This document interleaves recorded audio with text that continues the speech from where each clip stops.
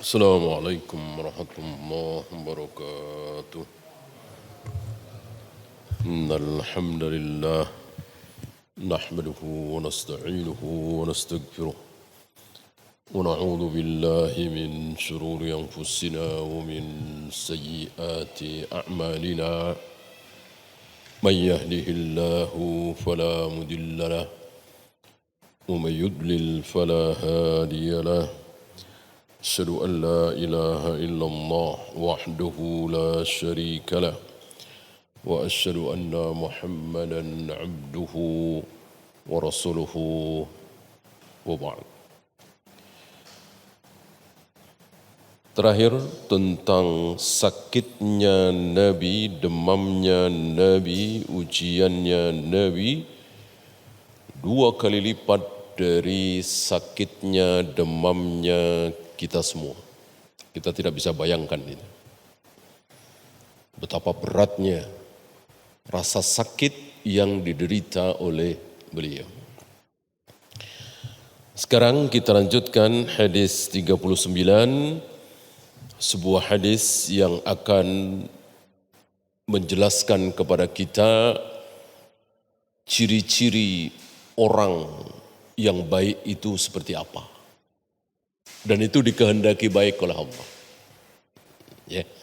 Jadi orang baik adalah orang yang dikehendaki baik oleh Allah.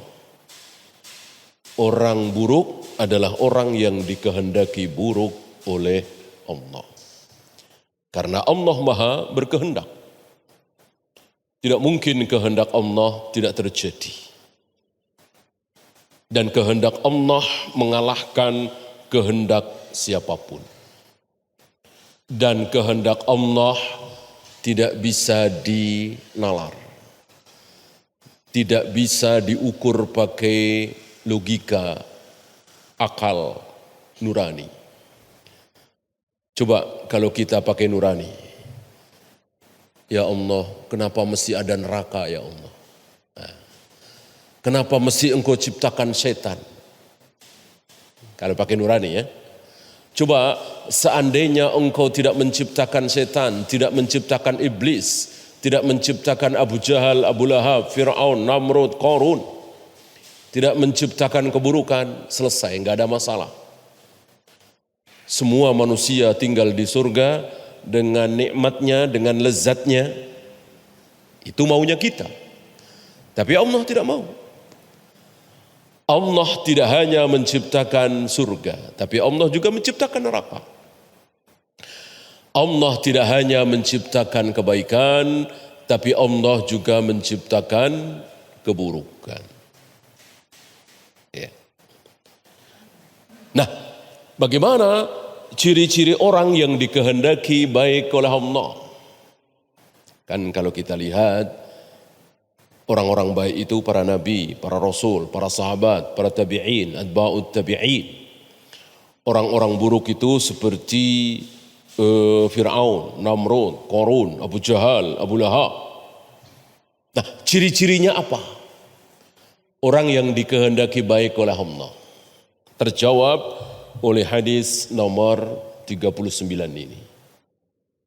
Apa ia yang rajin sedekah? Apa ia yang rajin salat? Apa ia yang berbakti kepada orang tuanya? Apa ia yang menghabiskan waktu untuk orang-orang jumpu? Dan seterusnya. Nah, jawabannya di hadis ini. Wa an Abi Hurairah radhiyallahu anhu qala. Hadis ini diriwayatkan oleh Abu Hurairah. Qala Rasulullah sallallahu alaihi wasallam.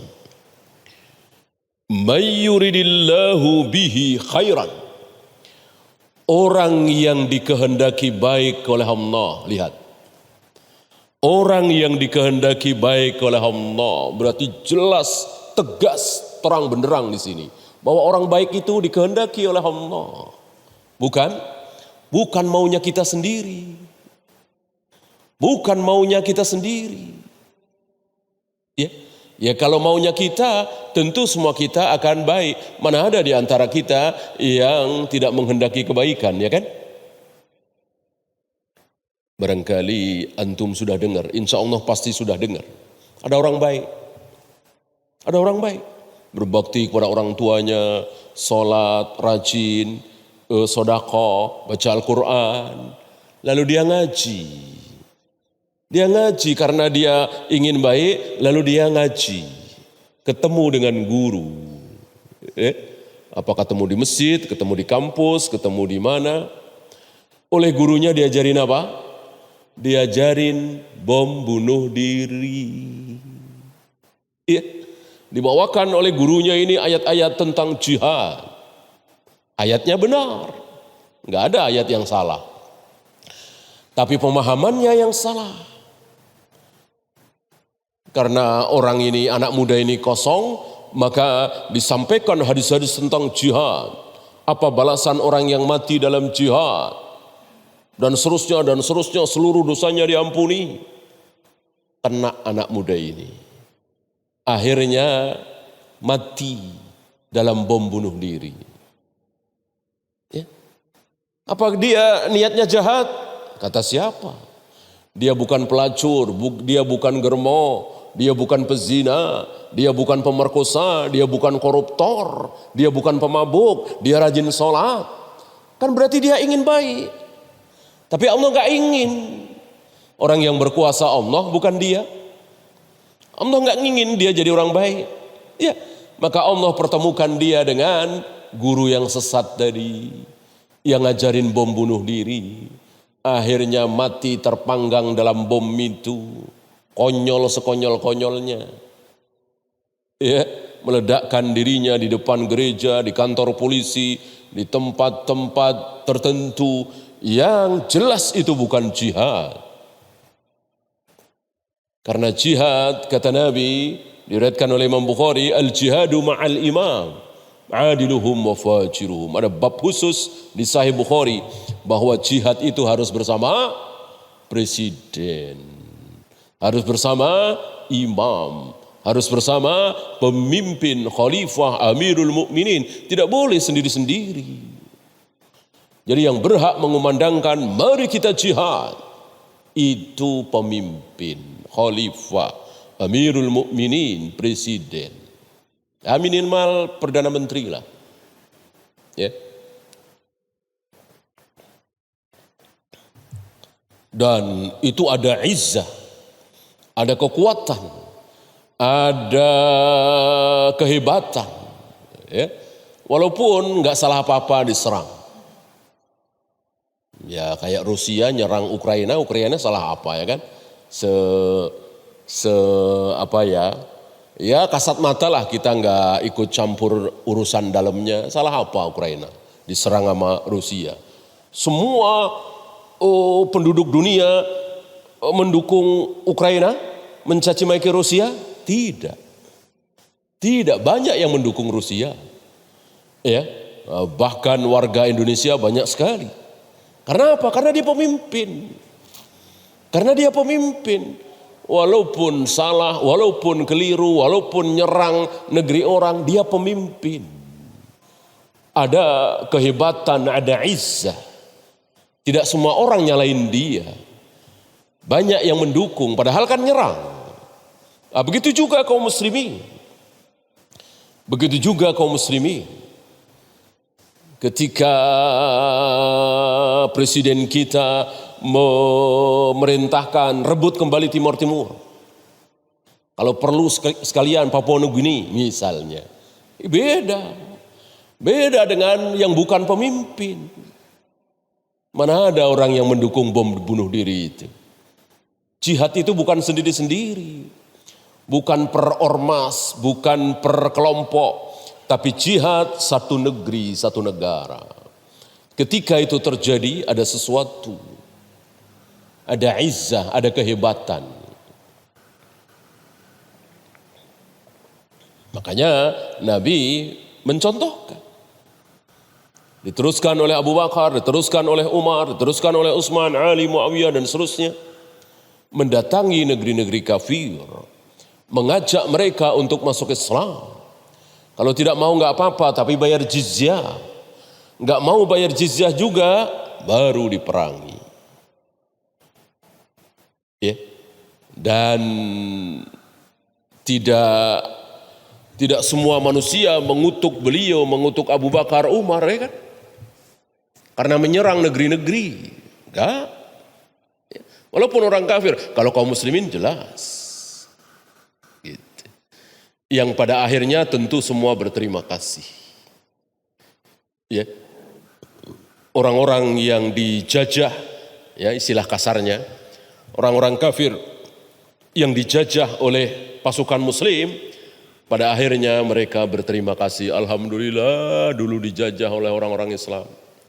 Coba kalau nggak dijajah, saya kekal di neraka. Ya, saya tidak akan masuk surga. Ya, nggak mungkin saya masuk Islam, kecil kemungkinan. Alhamdulillah dijajah. Akhirnya terpaksa saya masuk Islam. Setelah terpaksa kemudian belajar tentang Islam, lalu tahu tentang kehebatan Islam, kebenaran Islam. Akhirnya saya masuk Islam, akhirnya masuk surga. Banyak yang seperti itu. Maka membahas tentang jihad, membahas tentang Islam dan kafir, itu jangan cuma di dunia akhirat. Membahasnya itu dunia dan akhirat. Kalau dunia saja nggak akan nyambung. Ya.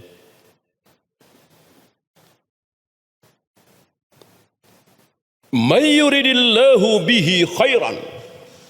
Orang yang dikehendaki baik oleh Allah, yusib minhu. Yusib minhu. Akan diberi musibah, akan diberi cobaan, akan diberi sakit, terlunta-lunta, sengsara dan seterusnya. Itu ciri-ciri, salah satu ciri ya, bukan satu-satunya tentunya.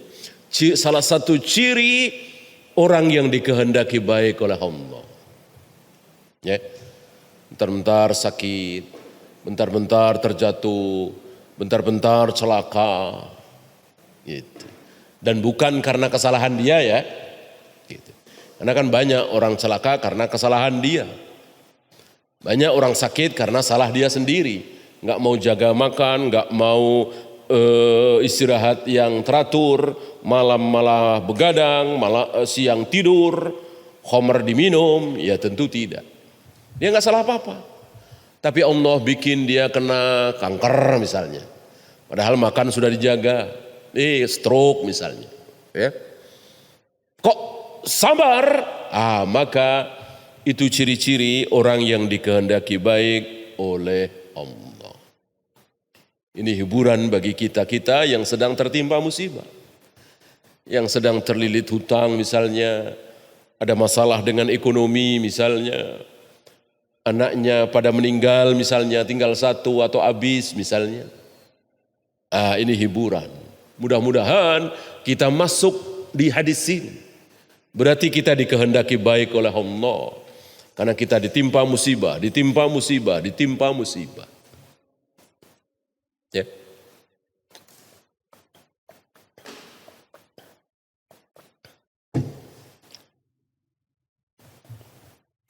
Tentu tidak boleh diminta. Salah satu doa yang haram adalah doa memohon musibah. Ya Allah, bikin aku sakit agar aku enggak kemana-mana, agar aku di rumah saja.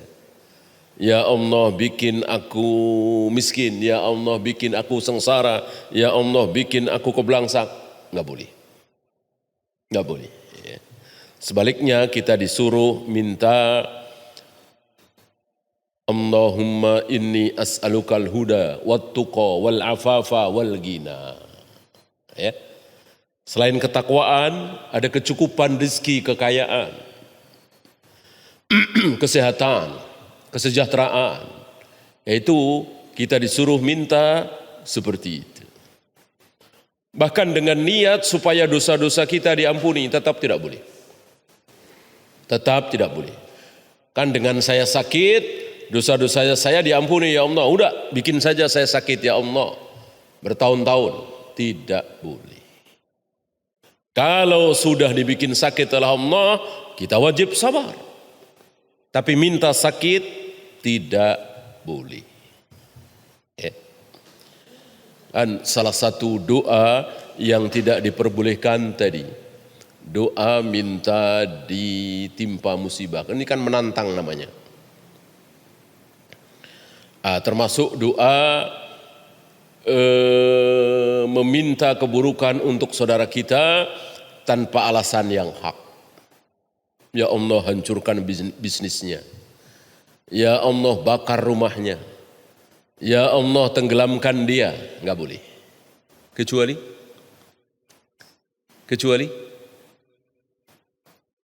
apa? Kecuali kita dizolimi. Boleh. Kita dizolimi. Kita enggak salah apa-apa, dipukul, ditendang. Kita enggak salah apa-apa, dibilang mencuri, dibilang berzina. Ini kan mendolimi namanya, memfitnah. Kita enggak salah apa-apa, diambil harta kita. Dolim lah, macam-macam dolim kan. Kita mendoakan buruk untuk dia, boleh. Boleh. Mau muslim, mau kafir, boleh. Ya.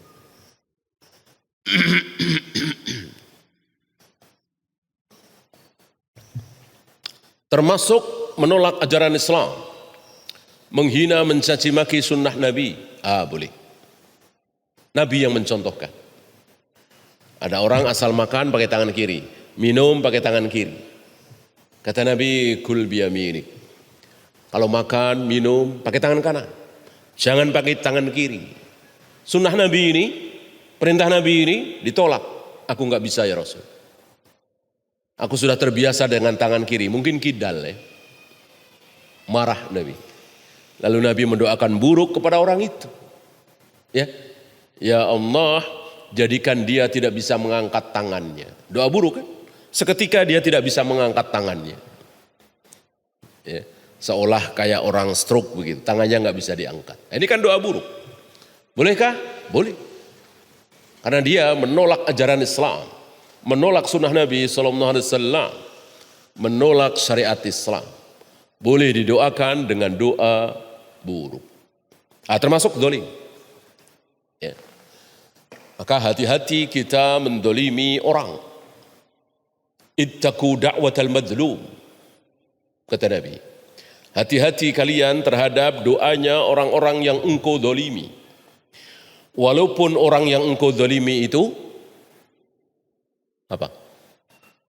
Kafir. Buddha, Hindu, Konghucu, Yahudi, Nasrani, kita dolimi, lalu dia berdoa kepada Tuhannya supaya kita dibalas. Allah akan membalasnya. Apalagi cuman pelacur, pezina, pemabuk, jarang sholat, orang kafir aja dikabulkan. Kalau kita dolimi, apalagi sekedar jarang sholat. Jarang sholat, dosa yang sangat besar, tapi masih ada harapan masuk surga. Pada satu ketika, walaupun disiksa dulu di neraka, tapi orang kafir nggak mungkin masuk surga. Nah, ketika orang kafir yang nggak mungkin masuk surga, bahkan disamakan derajatnya dengan binatang, ulaika kal an'am bal hum adall, bahkan lebih buruk dari binatang, kok kita dolimi, lalu dia berdoa keburukan untuk kita, Allah kabulkan. Apalagi sekedar penjahat, pencoleng, pemabuk, koruptor, pelacur, tentu lebih dikabulkan lagi. Maka hati-hati, jangan kita pernah mendolimi. Walaupun yang kita dolimi ini ahli maksiat, nggak boleh. Karena seorang ulama besar, taruhlah selevel Imam Syafi'i misalnya, mendolimi seorang pelacur misalnya, mendolimi seorang pemabuk misalnya, mendolimi orang yang jarang sholat misalnya. Lalu yang didolimi itu mendoakan buruk untuk Imam Syafi'i, bisa Allah kabulkan. Ya. Allah yang bikin peraturan. Allah nggak takut kepada siapapun, termasuk kepada Imam Syafi'i. Allah nggak takut. Bahkan terhadap para nabi, para rasul, Allah nggak takut. Ya, kalau jewer, salah ya salah. Walaupun sekali berimam Syafi'i. Ya. Ini pelajaran bagi kita. Jangan pernah melihat siapa dia. Kalau kita mau mendolimi orang, artinya stop. Jangan lanjutkan mendolimi orang. Jangan mengatakan biarin aja. Orang dia pemabuk ini, biarin aja orang dia pelacur ini, biarin aja orang dia jarang sholat. Tidak boleh. Ya. Rawahul Bukhari, hadis ini sahih, riwayat Imam Bukhari. Fiqhul hadis, hanya ada 2 dari hadis yang singkat ini. Yang pertama,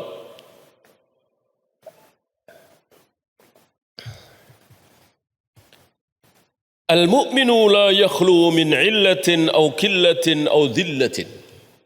Seorang mukmin itu tidak pernah sepi dari sakit, kekurangan, kehinaan, kesengsaraan, dan seterusnya dan seterusnya. Ya. Allah sedang menghabiskan, gitu. Jadi dihabisi. Ya. Udah habis, baru Allah berikan kebahagiaan. Ya. Ini bukan berarti bahwa seorang mukmin yang jarang sakit, yang dari kecil sampai tua kaya raya karena anak raja, anak pejabat misalnya, pasti dia orang jelek. Enggak, kata siapa? Enggak, tadi kan salah satu kita bahas tadi. Salah satu ciri orang-orang yang dikehendaki baik. Ada ciri-ciri lain. Nanti akan sampai hadisnya insyaallah, yufaqihu fiddin. Kalau ini mutlak ya. Ini mutlak, bahwa orang yang dikehendaki baik oleh Allah, pasti Allah akan membuat dia faham terhadap agama, faham terhadap ajaran Islam. Itu ciri-ciri orang baik. Bapak faham ini bid'ah? Faham. Ini bid'ah, ini sunnah, saya faham.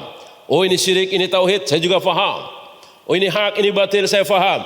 Dan benar pemahamannya, itu salah satu ciri orang yang dikehendaki baik juga. Ya. Kalau ini kebalikannya. Kalau ini kan tidak kebalikannya, ya kan? Apakah mentang-mentang tidak terkena musibah pasti dia orang buruk? Enggak juga. Kalau yang tadi jelas. Ketika faham terhadap ajaran Islam berarti dia orang baik. Ketika tidak faham pasti tidak baik. Enggak faham saya. Mana sunnah, mana bid'ah. Dia orang tidak baik.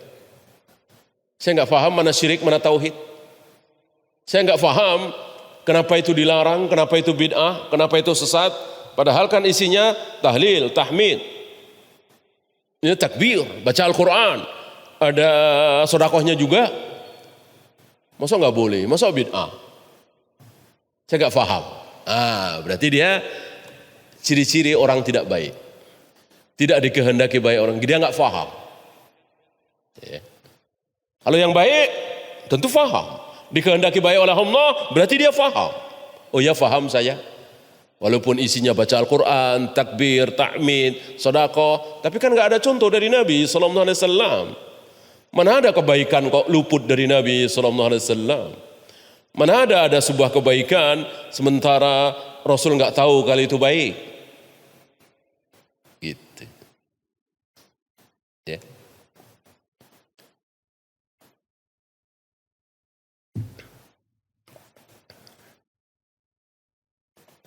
Nah, oleh karena itu berdasarkan hadis ini kita harus siap. Bukan nantang ya. Siap dengan nantang kan beda. Dalam hidup ini kita harus siap. Sewaktu-waktu kita kena kanker misalnya, sewaktu-waktu kita kena stroke, ya sudah terima aja. Orang itu kehendak Allah. Dan itu ciri-ciri Allah menghendaki kebaikan untuk kita. Tiba-tiba gula kita naik, tiba-tiba gagal ginjal, terima. Ya.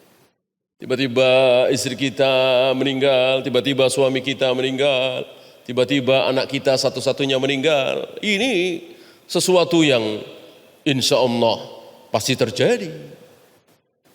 Ya. Nggak mungkin kita hidup di muka bumi itu akan terus mulus, namanya musibah itu pasti ada. Ya. Orang awam atau orang kafir mengatakan untuk kehidupan selanjutnya yang lebih baik. Ya. Jadi umur 40 terkena musibah, nanti umur 50 kehidupannya membaik. Itu orang-orang awam. Adapun kita kaum muslimin, yang mengikuti qala Allah wa qala Rasul, bahkan umur 40 sampai mati kita menderita, nggak masalah. Demi apa? Demi kebahagiaan di akhirat. Gitu. Demi kita semua masuk surga. Ya.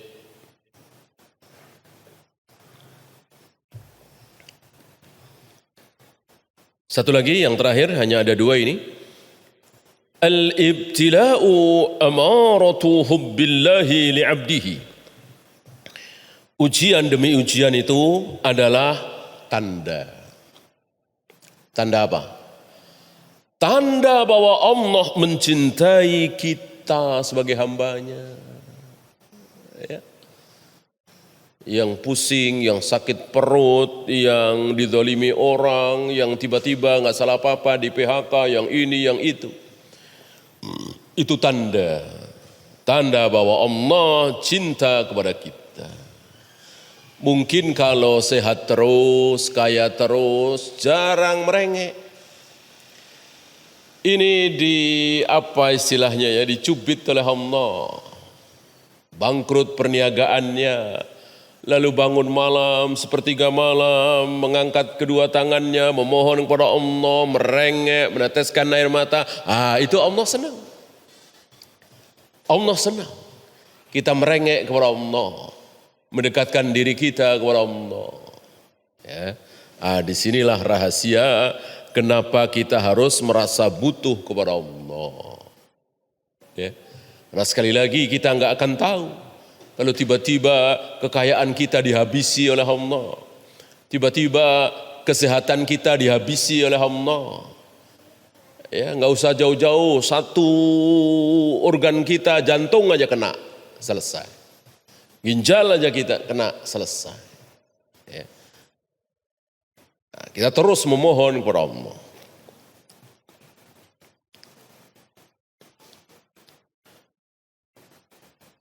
Hatta yarfa'a darajatahu, sehingga Allah mengangkat derajatnya. Musibah demi musibah yang menimpa kita menyebabkan derajat kita terangkat. Jadi kelak di hadapan Allah seperti kita di dunia ini berderajat-derajat. Derajat seorang RT dengan derajat seorang lurah kan beda tuh. Derajat lurah dengan derajat wali kota kan beda tuh. Wali kota dengan menteri beda kan. Kira-kira seperti itu. Bahkan lebih dahsyat lagi. Ya. Derajat Mughis Barirah dengan derajat Ali bin Abi Thalib berbeda. Walaupun sama-sama sahabat. Derajat Imam Syafi'i dengan derajat Imam Bukhari berbeda. Walaupun sama-sama ulama. Nah, apa yang menyebabkan derajat kita itu tinggi? Banyak. Salah satunya musibah demi musibah kita terima dengan sabar. Wa yu'liya martabatahu, agar Allah meninggikan martabat dia. Wa yukaffira khati'atahu, dan Allah menghapuskan kesalahan-kesalahannya. Kesalahan-kesalahan kita insya Allah akan dihapus oleh Allah karena kita sabar saat tertimpa musibah.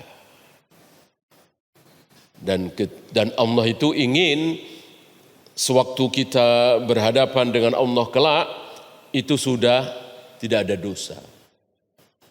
Nah, begitu kita mati, begitu seorang muslim meninggal, kok masih ada dosanya? Kok masih ada dosanya? Mungkin segunung, mungkin setengah gunung, mungkin seperempatnya. Allah habiskan. Dengan cara? Allah habiskan dengan cara? Dengan cara sakit yang luar biasa saat sakaratul maut. Sakaratul maut ini sakit yang luar biasa. Dan Allah sengaja membuat seorang muslim itu sakit luar biasa saat sakaratul maut sebagai musibah terakhir. Sebagai rasa sakit terakhir. Yang dengan kesakitan itu dosa-dosa kita diampuni.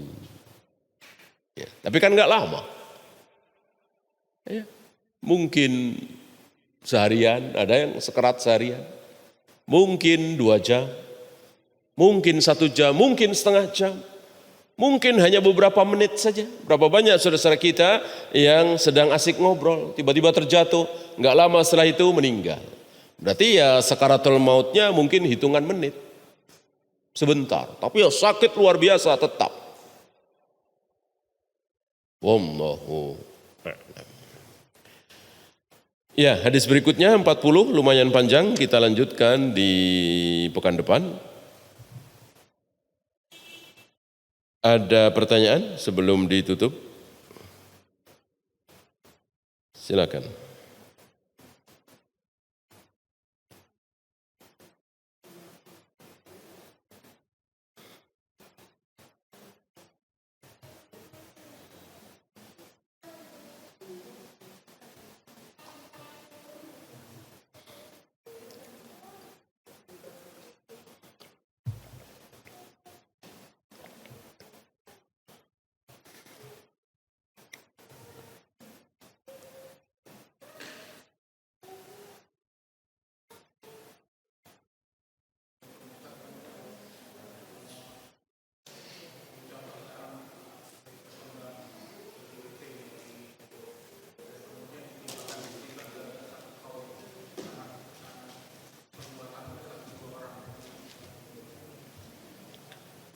Gara-gara perbuatan 1-2 orang, lalu satu umat di azab. Tidak, kebalik. Gara-gara yang ada, yang contohnya yang ada, gara-gara mayoritas masyarakat berbuat maksiat, maka 1-2 orang yang tidak ikut maksiat ikut kena azab. Itu yang ada. Itu yang ada. Ya.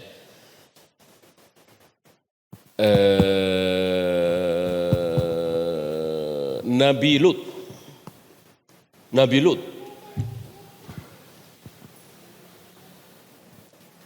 Nabi Lut bersama sahabat-sahabatnya yang beriman, yang taat kepada Nabi Lut, disuruh meninggalkan negeri Sodom itu. Karena apa?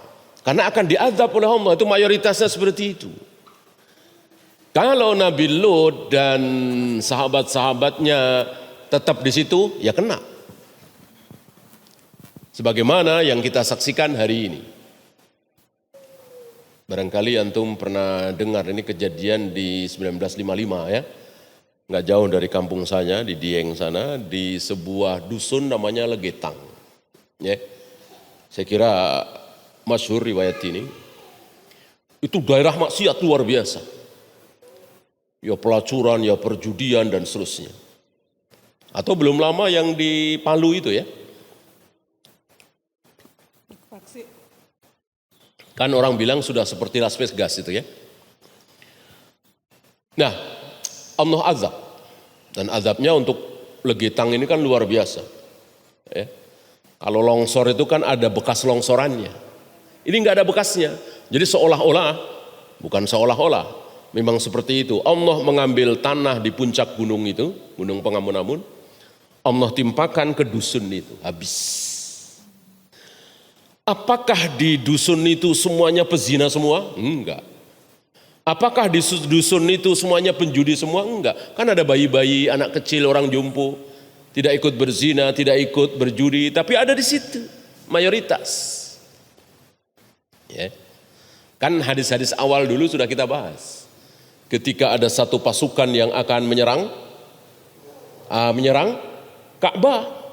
Ya.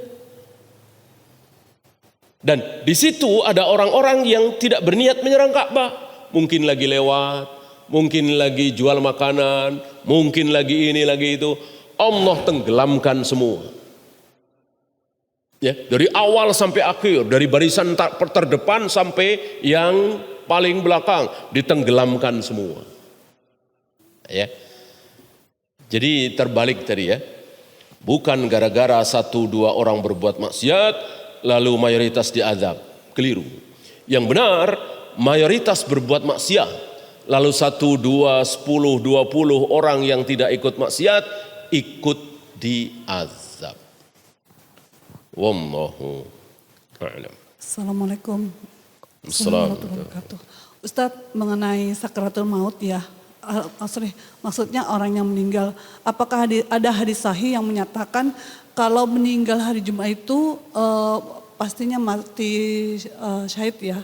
Karena setahu saya Rasulullah kan hari Senin ya meninggalnya. Apakah ada hadis yang seperti itu menyebutkan hari Jumat adalah hari yang baik untuk orang meninggal? Udah segitu aja, Ustaz, makasih. Ciri, tanda, bukan pasti. Tanda-tanda husnul khotimah, bukan mati syahid. Tanda-tanda husnul khotimah apa? Sedang sholat mati, sedang baca Al-Quran mati, sedang sodakoh mati. Itu tanda ciri. Kemudian di dahinya berkeringat. Kemudian mati di hari atau di malam Jumat. Ciri aja, tanda saja. Berapa banyak para nabi, para rasul, orang-orang soleh meninggal tidak di hari Jumat. Itu sekedar ciri tanda. Termasuk nabi tadi bukan hari Jumat tapi hari Senin. Nabi pasti husnul khotimah, dijamin surga, dijamin ampun, dijamin ridha. Ya. Jadi ciri saja, tanda saja. Jadi bukan kepastian. Tidak ada hadisnya ya Ustaz? Ada hadisnya tapi ciri. Ada hadisnya tapi ciri, ya. Bukan sebuah kepastian.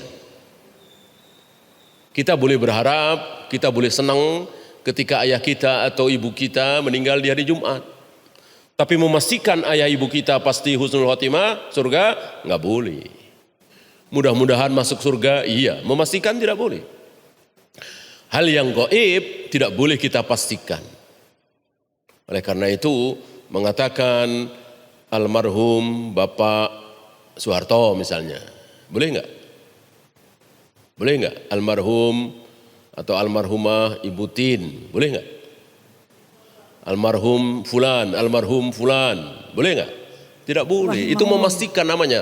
Alif lam itu menunjukkan pasti. Almarhum pasti dia dirahmati, pasti dia diampuni, al-maghfur. Tidak boleh. As-syahid pasti dia mati syahid. Tidak boleh. Kita tidak boleh memastikan. Kecuali Rasulullah, kecuali Abu Bakar, Umar, para sahabat. Jelas pasti. Ayatnya jelas, hadisnya jelas. Selain Rasul dan para sahabat, tidak boleh kita pastikan. Maka kita tidak boleh mengucapkan almarhum Pak Harto, tapi Pak Harto rahimahullah atau Allah yarham. Semoga Allah merahmati beliau. Kalau al kan pasti. Ya.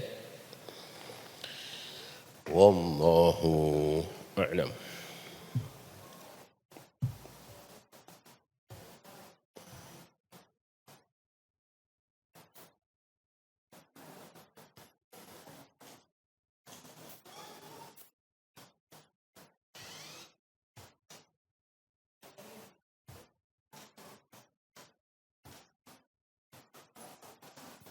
Ada lagi?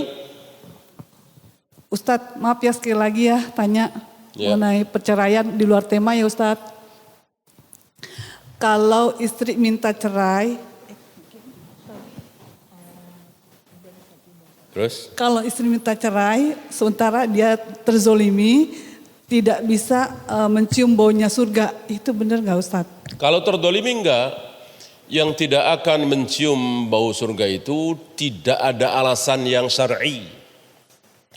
Kalau ada alasan yang syar'i atau istilahnya terdolimi, boleh.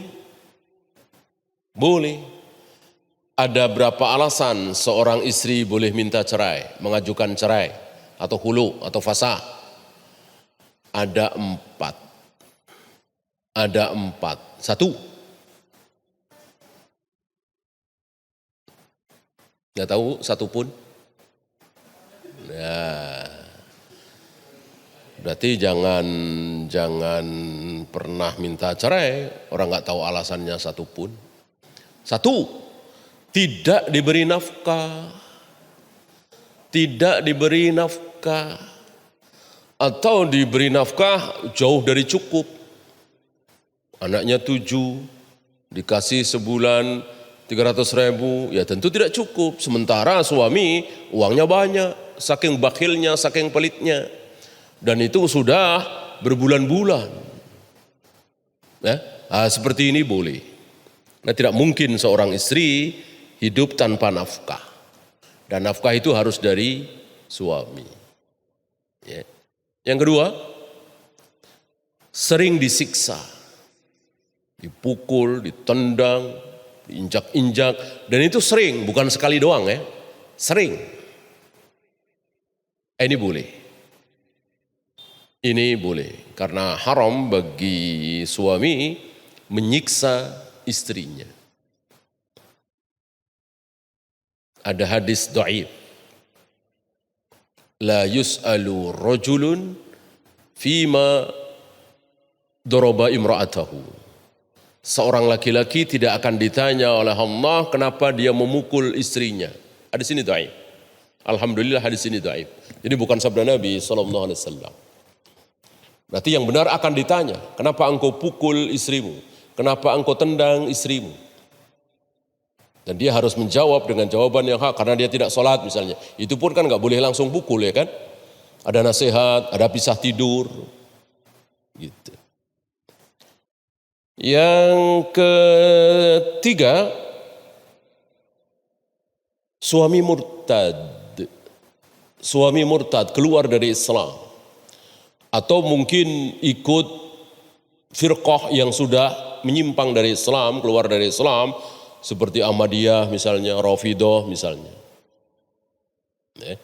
Nah, seorang muslimah tidak boleh bersuamikan non-muslim, kafir. Yang terakhir, yang keempat, dia dipaksa nikah.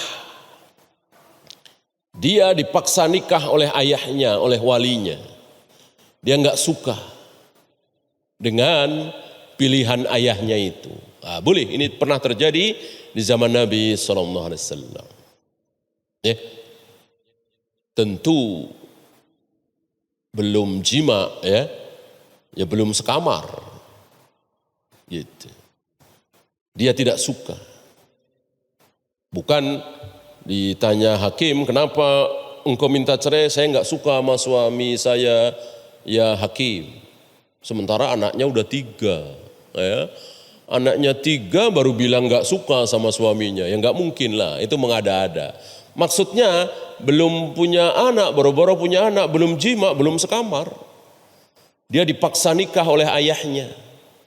Karena seorang ayah tidak boleh memaksa putrinya menikah dengan seorang laki-laki pilihan dia. Menikahkan tanpa sepengetahuan putrinya boleh, tapi untuk selanjutnya si putrinya itu boleh memilih apakah mau menerima pilihan ayahnya atau menolak. Di luar alasan yang 4 ini kok minta talak, minta fasa, khulu dan seterusnya, ancamannya tadi lam tajid raihatal jannah. Dia tidak akan mencium bau surga. Wallahu a'lam.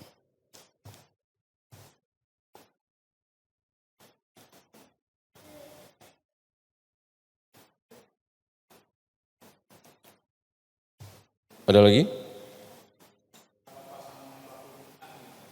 Hah?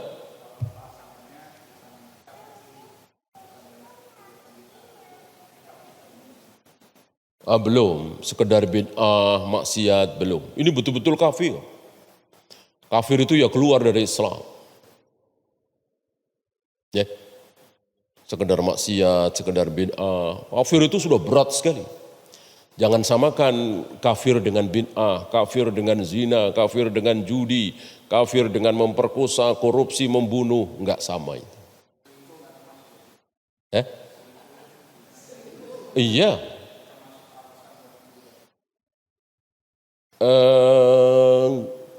Enggak ya, di luar itu ya. Di luar itu. Kecuali suami. Kalau suami mentalak istrinya kan nggak akan ditanya. Ya, suami mentalak istrinya itu hakim nggak berhak bertanya. Ya. Saya ceraikan istri saya, sudah. Hakim nggak berhak nanya kenapa engkau ceraikan.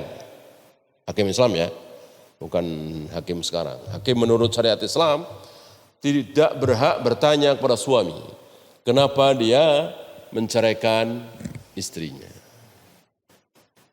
Allahu a'lam.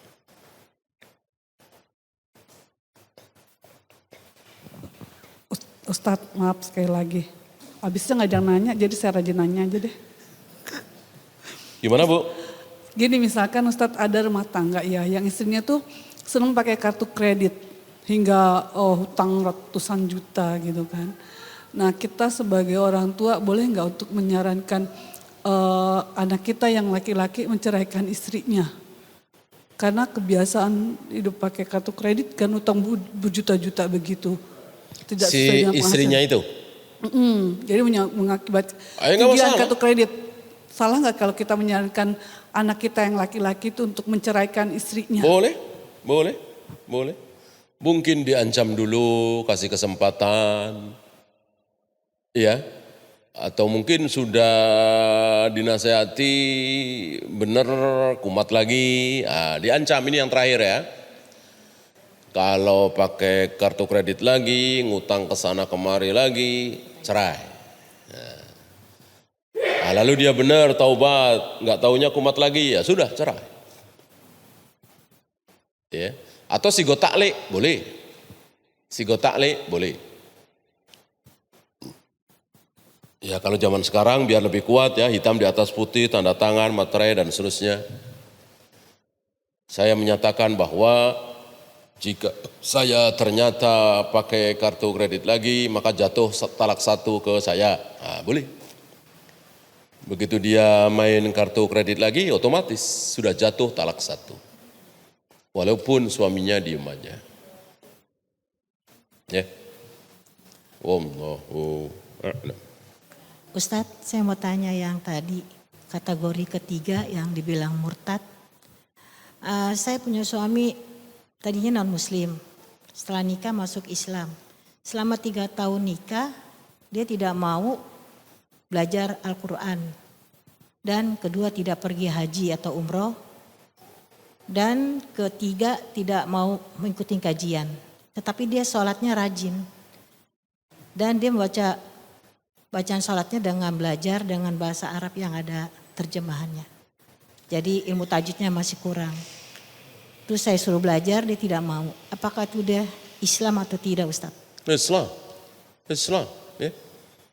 Islam. Ketika malas ngaji, malas baca Al-Quran, bahkan malas sholat. Bukan malas Ustaz, bukan malas, dia tidak mau belajar. Kita udah tawarin belajar, tapi tidak ada respon sampai 30 tahun ini. Iya, tapi masih sholat ya? Sholat. Iya, masih Islam, jelas. Masa orang sholat kafir ya kan? Nah, kecuali dia menyatakan, meyakini sesuatu yang terang benderang kebenarannya dalam Islam. Dia meyakini Allah punya anak misalnya. Dia meyakini Nabi Muhammad bukan Nabi terakhir misalnya. Dia meyakini siksa kubur tidak ada misalnya. Jibril itu bukan malaikat misalnya. Ya kafir. Selagi dia diam saja, sholat iya tapi nggak mau ngaji, tetap muslim.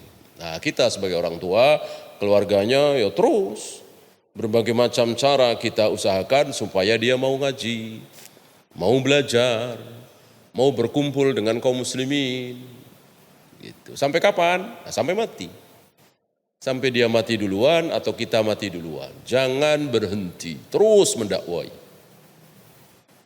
Wallahu a'lam.